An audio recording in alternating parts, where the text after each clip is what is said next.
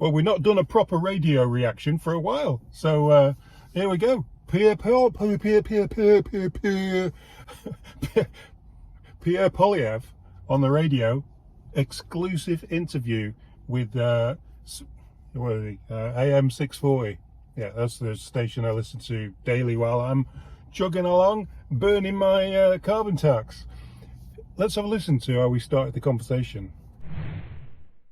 He was asked, how do you balance the positivity of your party with the expectation of what you're going to do when you get into power and when you become the Prime Minister, given that Trudeau is now third place in the polls? That's outside of Quebec.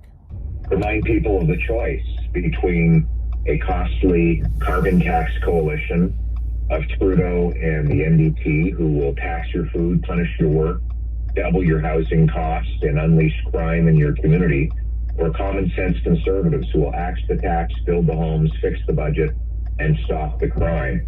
I want to bring home Canada's promise, the promise that the country made me when I was an adopted son of two school teachers, that if anyone who worked hard, they can have a powerful paycheck that bought affordable food, gas, and homes in safe neighborhoods, that anyone from anywhere could do anything. That promise is broken after 9 years of the NDP Liberals.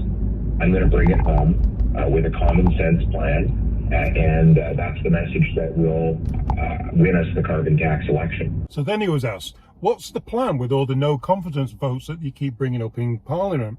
Now, NDP and the Bloc are still backing the Liberals, backing their carbon tax, backing their tax Canadians harder plan. But each time you brought two carbon tax no confidence votes to the House, and both have been backed by the NDP, the Liberals. Sorry, both the NDP and the Bloc have backed the Liberals on both accounts. What is your plan going forwards? I don't have any more motions. I'm not allowed to put any more forward until the government allots them to me. So when they do, I will continue pushing for a carbon tax election, because we have another carbon tax hike coming under Trudeau and the NDP Liberals in April, and that hike is part of a plan to quadruple the carbon tax to 61 cents a litre, which will not only drive prices through the roof, but it will grind our delivery trucks and trains to a halt, which will mean empty store shelves. Factories can't deliver their parts, and therefore they lay off their workers. And it will mean that businesses, truckers, and others will just leave Canada for the United States, where there is no carbon tax. It will grind our economy to a halt, and that's why we need a carbon tax election, so that Canadians can vote for a government that will axe the tax to lower energy prices and bring home the $30 billion of annual GDP that the tax is destroying. The separatist Bloc are playing a funny game with the Liberals, demanding things and saying that they'll back the Liberals if they get these things. What's your view on the Liberal versus the Bloc sort of not coalition, but you do what we want and we'll help you scenario? It's just another example of how Justin Trudeau is not worth the cost.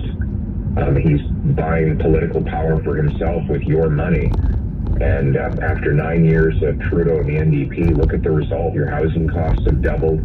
Food prices have risen faster than at any time in 40 years. They've risen 30% faster than in the United States. And that's because of the carbon tax on farmers and truckers who bring us our food. He, along with the Bloc and NDP, have passed catch and release criminal justice laws that allow rampant career criminals to be released within hours of their most recent arrest, which has led to absolute mayhem in our streets. He's tried to decriminalize and subsidize narcotics use, which has driven 47,000 overdose deaths. And the country is unrecognizable. We need to bring home the country that we knew and still love. And my plan is to axe the carbon tax to build the homes by incentivizing municipalities to speed up permits, free up land, and cut development taxes. We need to fix the budget with a dollar for dollar law that caps government spending and requires we find $1 of savings for every new dollar of spending to bring down deficits, interest rates, and inflation. And we need to stop the crime with jail and not bail for repeat violent offenders, treatment, not more drugs, to bring our loved ones home drug-free, and with stronger borders to keep illegal guns and drugs out of our country. The City of Toronto just fired their housing manager, and Mayor Olivia Chow is now running running everything into the ground. But the housing in Toronto is so bad. The frustrations on trying to get anything built, it's just absolutely awful. What's your take on what the on the frustrations around building houses in Toronto? Some of the slowest building permits in the world, and some of the highest building taxes in the world. Olivia Chow and the NDP Liberal City Council just jacked up building taxes by 30% in the middle of a housing crisis. Construction on a per capita in Toronto is one of the worst in all of the world, not all of Canada. And that's why prices rise. We're growing the population in the GTA by 3 or 4% a year, and we're growing the housing stock by about 1%. And so that's why our youth can't afford to live in Toronto. I would stop giving all of this cash, this federal cash, to City Hall. And I would say instead, I'm going to link federal dollars for the City of Toronto to the number of houses that get built. Let's pay the city bureaucracy the way realtors and home builders get paid, per home, so that we incentivize them to speed up permits, free up land, cut development taxes, and we need to require them to permit sky rises around every federally funded transit station. And finally, this nonsense about how the city doesn't have money, and that's what nonsense. Their development charges and taxes have grown 10, 11 times faster than inflation. They have more money than they know what to do with. The problem is they're spending it all on wasteful bureaucracy. Let's get rid of the bureaucracy, speed up the permits, build the homes. I hope you enjoyed that interview with Poilievre. It was sort of an exclusive. I really like the way that he calls, he calls into the radio station and he has a conversation. I've never, ever managed to capture a telephone call into a radio station from Justin Trudeau. Never, ever. Or Freeland.